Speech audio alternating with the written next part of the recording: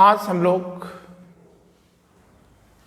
स्वतंत्रता के बाद के भारत के तस्वीर को देखेंगे, जहां हम लोग पढ़ने जा रहे हैं भारत और चीन के रिश्ते।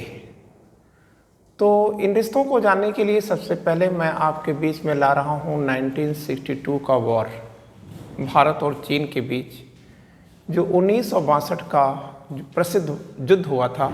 हम लोग वहाँ से मैटर को शुरू करेंगे। देखिए, ये लिखा है वीर अहीर और रेजांगला का युद्ध या रेजांगला युद्ध। ये कब होता है? 18 नवंबर 1962 को होता है। अब ये जो वीर अहीर हैं ये कौन हैं? तो आप कहोगे कि सर ये 13वीं कुमायूं रेजिमेंट के 124 सैनिक हैं। इन 124 सैनिकों में 119 केवल यादव थे, शेष बचे 5 ये अन्य थे। इन्हीं अन्य में एक नाम है और वो नाम आपको याद होगा और वो है मेजर शैतान सिंह भाटी। मेजर शैतान सिंह भाटी। शैतान सिंह भाटी ने ही 1962 के भारत चीन के युद्ध के दौरान जो रेजांगला में वॉर हुआ था उसका नेतृत्व किया था और इन्हें मरणोपरांत परमवीर चक्र भी दिया गया है। आप याद रखेंगे कि ये जो 119 यादव हैं ये दक्षिण हरियाणा के अहिरवाल क्षेत्र के निवासी हैं। अहिरवाल क्षेत्र में आता क्या क्या है?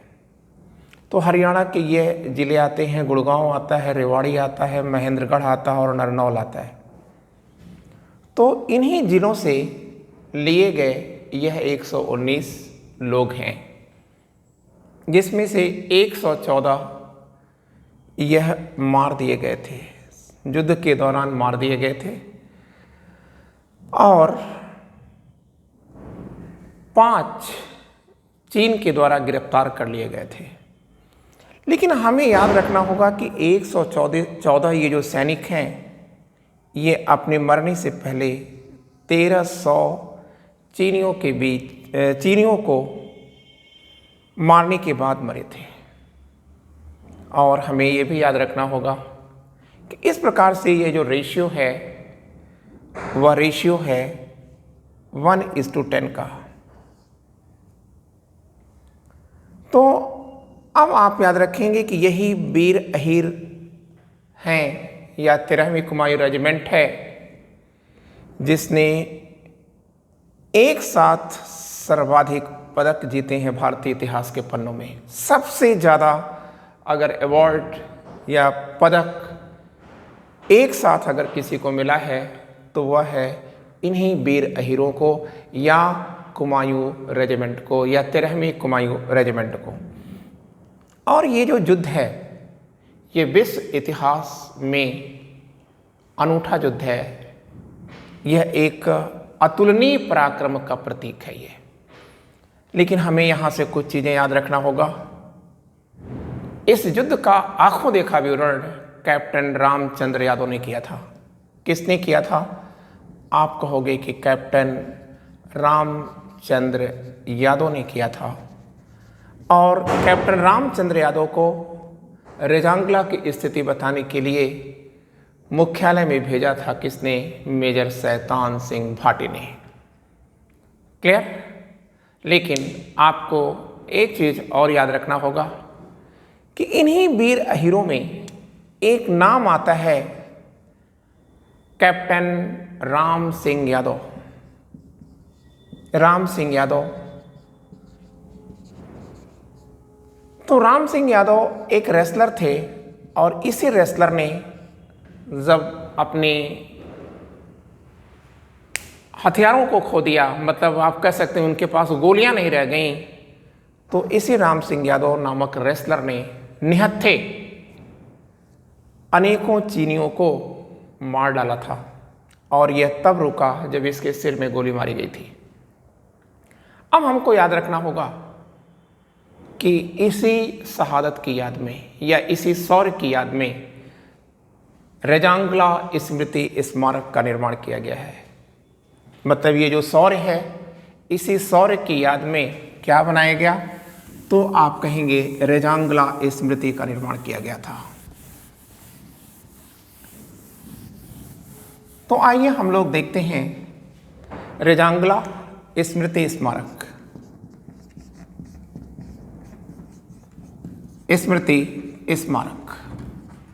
अब ये रेजांगला स्मृति स्मारक ये है कहाँ? आप कहोगे कि सर यह हरियाणा के रेवाड़ी में है। रेवाड़ी में है और इसी में एक स्मारक बनाया गया है और इसी स्मारक में इन शहीदों का नाम उत्कीर्ण किया गया है। और इसी अभिलेख पर एक भावुक संदेश भी दिया गया है और वह संदेश आपको याद रखना चाहिए। उसमें कहा गया है कि जब आप घर जाएं तो हमें याद करना और अपने लोगों से बताना कि आपके कल के लिए हमने अपने आज को कुर्बान कर दिया है या न्यौछावर कर दिया है। अब आपने अब तक देखा, हमारा पहला पॉइंट था वीर अहीर के बारे में और उनकी स्मृति के बारे में। हमें याद रखना होगा कि अब हम पढ़ेंगे रेजांगला युद्ध। तो आप याद रखिएगा कि रेजांगला जो युद्ध है, इसे हम और किसी नाम से जानते हैं तो आप कहेंगे इसको कहा जाता है आखिरी आदमी, आखिरी गोली और आखिरी सांस। मतलब रेजांगला युद्ध को और किस नाम से जाना जाता है? आखिरी आदमी, आखिरी गोली और आखिरी सांस के नाम से भी इसे जाना जाता है। और अब आइए हम लोग देखते हैं रेजांगला की स्थिति क्या है और यहाँ पर ये वॉर क्यों हुआ है। तो आप देखें रेजांगला की स्थिति कहाँ है।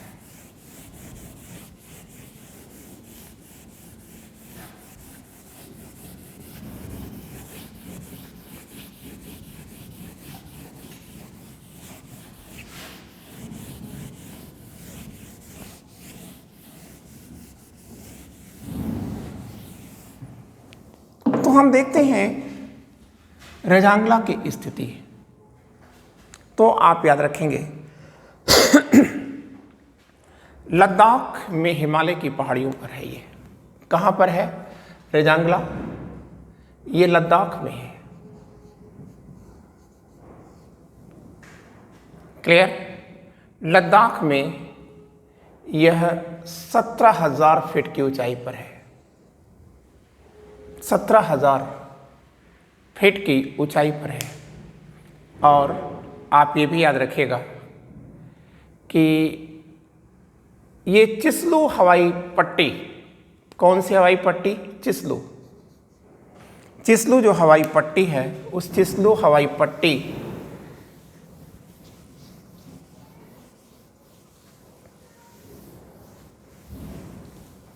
तो हम आपसे बात कर रहे थे रेजांगला की। तो रेजांगला कहाँ पर है? तो हमने बताया आपसे कि देखिए यह लद्दाख जो हिमालय है, लद्दाख हिमालय में 17,000 फीट की ऊंचाई पर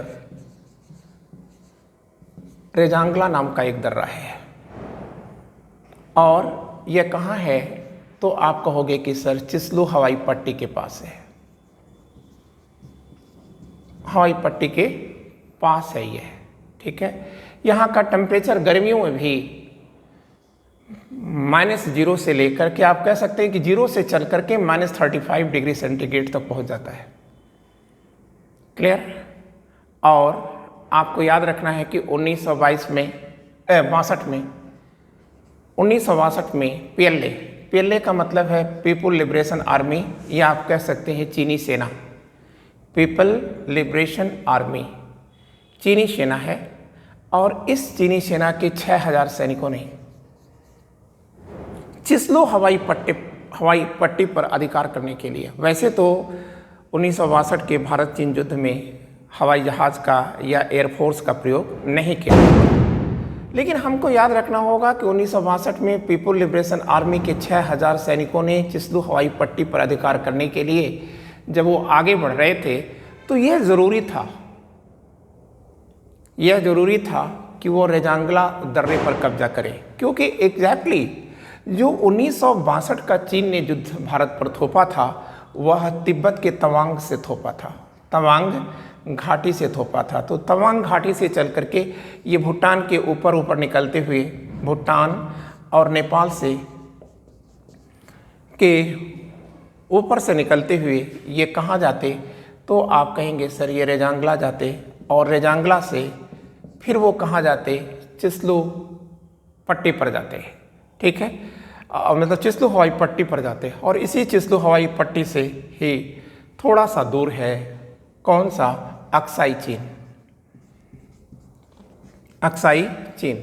तो आपने एक चीज़ ये सीखा कि चीन ने 1962 का वॉर तिब्बत के तवांग से शुरू किया था, और यह भूटान, नेपाल और ये रेजांगला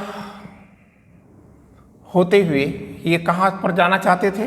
तो आप कह दोगे कि सर ये चिस्लू हवाई पट्टी पर कब्जा करते, और चिस्लू हवाई पट्टी पर कब्जा करने के बाद वो अक्साई चीन को जाते हैं, ठीक है, और अक्साई चीन पर यह नियंत्रण स्थापित करते हैं, ठीक है। तो ऐसी स्थितियों में जैसे ही यह लोग रेजांगला में आते हैं, 18 नवंबर हो चुका था, और यहीं पर 13 कुमाऊं रेजिमेंट के सैनिकों ने सेन का वॉर होता है जिसमें 1300 ये सैनिक मार दिए गए। और आपको यह सुन करके हतप्रभ होगा कि इन वीर अहीरों ने जिस शौर्य का प्रदर्शन किया था उसी शौर्य से प्रभावित होकर के चीनी सैनिकों ने इनके सीने पर वीर लिखा था, ठीक है, और उनके सिर के पास उन्हीं की बंदूकों को खड़ा भी कर दिया था। तो इसका मतलब ये है कि दुश्मनों ने भी इनके सामने नतमस्तक होना स्वीकार कर लिया था। तो आपने ये चीज़ जान लिया कि रेजांगला कहाँ है, ठीक है। अब सवाल इस बात का है कि रेजांगला युद्ध का कारण क्या है, या आप कह सकते हैं रेजांगला युद्ध का कारण को आप इस तरह से भी कह सकते हैं कि 1962 के भारत चीन युद्ध का कारण क्या है। 1962 के भारत चीन युद्ध का कारण या रेजांगला युद्ध का कारण क्या है, मतलब कारण क्या है। तो देखिए एक शब्द में अगर आप कह दें तो आप कह सकते हैं कि सर सीमा विवाद है, सीमा विवाद है। अब ये प्रश्न आता है कि ये सीमा विवाद कैसे है, तो आप कहोगे कि सर 1913 से पहले भारत और चीन के बीच कोई डिमार्केटर या विभाजक रेखा नहीं थी, लेकिन अक्टूबर 1913 से और जुलाई 1914 के बीच एक लंबी वार्तालाप शिमला में हुई थी जिसे शिमला कॉन्फ्रेंस कहा जाता है। शिमला कॉन्फ्रेंस ये कब हो रही है, ये टाइम लिखा गया है, 13 से 14 के बीच हो रही है। और इसी शिमला कॉन्फ्रेंस में जो ब्रिटिश उपनिवेशों के अधिकारी हैं हेनरी मैकमोहन या मोहन, ठीक है, जैसे मैकमोहन भी आप लोग कहते हैं, ठीक है, ने एक डिमार्केटर या सीमा रेखा का निर्धारण किया था। और यह सीमा रेखा नॉर्थ ईस्ट इंडिया और तिब्बत के बीच विभाजक रेखा थी। इसका मतलब ये हुआ कि 1950 के पहले तक तिब्बत चीन और भारत के बीच एक मध्यवर्ती राज्य था या देश था, या आप कह सकते हैं कि बफर स्टेट था, ठीक है।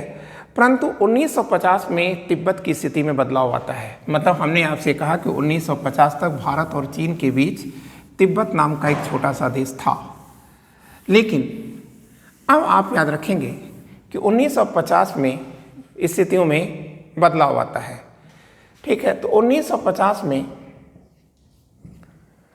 जो चीनी प्रेसिडेंट हैं माओ त्से तुंग सर, ठीक है, उन्होंने क्या किया कि तिब्बत पर अधिकार कर लिया, तिब्बत पर अधिकार कर लिया। और तिब्बत पर अधिकार करने के बाद यहाँ पर जो सरकार थी, धार्मिक सरकार थी दलाई लामा की, इस दलाई लामा की सरकार को उन्होंने उखाड़ फेंका।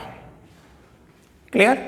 और अब आप याद रखिएगा कि उस समय भारत ने इस पर किसी प्रकार का कोई विरोध नहीं दर्ज किया था, ठीक है। और लेकिन इतना जरूर हो गया कि जैसे ही तिब्बत चीन का अंग बना, भारत और चीन की सीमाएं एक दूसरे को स्पर्श कर गई, ठीक है। अब देखिए 1954 में भारत और चीन के बीच पंचशील समझौता होता है। और इस पंचशील समझौते को भी हम लोग न पढ़ें, बल्कि इतना जान लें कि पंचशील समझौता हुआ और इसमें एक दूसरे के सह अस्तित्व में विश्वास किया गया था। और इसी पंचशील समझौते की देन क्या है, आप कहेंगे पंचशील समझौते के तुरंत बाद एक बड़ी घटना होगी। क्या? भारत ने तिब्बत पर चीन के अधिकार को मान लिया, या आप कह सकते हैं कि भारत ने तिब्बत पर चीनी संप्रभुता को स्वीकार कर लिया। और चीन ने क्या किया, अरुणाचल प्रदेश का जो भाग है इसे भारतीय सीमाओं में मान लिया। तो भारत सरकार ने 1954 में नेफा, या आप कह सकते हैं कि नॉर्थ ईस्ट के जो ये वर्तमान अरुणाचल का क्षेत्र है उसे नेफा नाम दिया, ठीक है। नॉर्थ ईस्ट फ्रंटियर एजेंसी नाम दिया, नॉर्थ ईस्ट फ्रंटियर एजेंसी नाम दे करके यहाँ का प्रशासन शुरू किया। और इसी नेफा को 1987 में क्या नाम दिया गया, अरुणाचल प्रदेश नाम दे दिया गया, ठीक है। आपने यहाँ तक समझ लिया होगा। अब हम लोग देखते हैं कि 1956 में क्या घटना हो रही है। तो आप याद रखिएगा कि 1956 में एक बड़ी घटना हो रही है। देखिए 1956 में एक घटना हो रही है, और वो क्या है घटना, तो आप कहोगे कि सर चीन या चाइना ने एक हाईवे का निर्माण शुरू किया था या पूरा किया था 1956 में। यह हाईवे कहाँ से कहाँ तक जा रहा था, आप कहेंगे सिनजियांग से शुरू होता है, ये सिनजियांग से चल करके, ठीक है। ये कहाँ को जा रहा है, आप कहेंगे अक्साई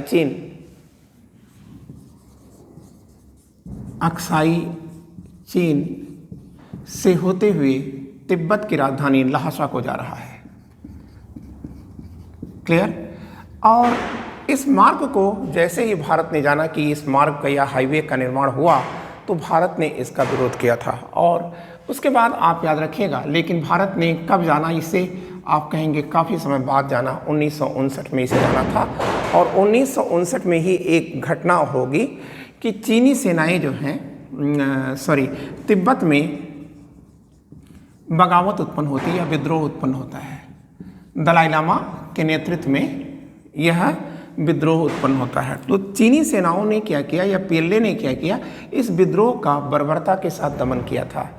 क्लियर हो गया, बर्बरता के साथ इसका दमन किया था, ठीक है। और जब बर्बरता के साथ इसका दमन किया तो दलाई लामा एक शरणार्थी के रूप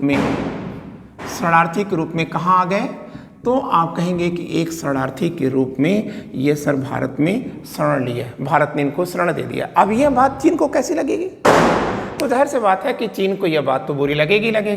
और चीन को जब यह बात बुरी लग गई, ठीक है, तो इस समस्या के समाधान के लिए, ठीक है, 1960 में एक और घटना हो रही है। चाओ एन लाई भारत आते हैं।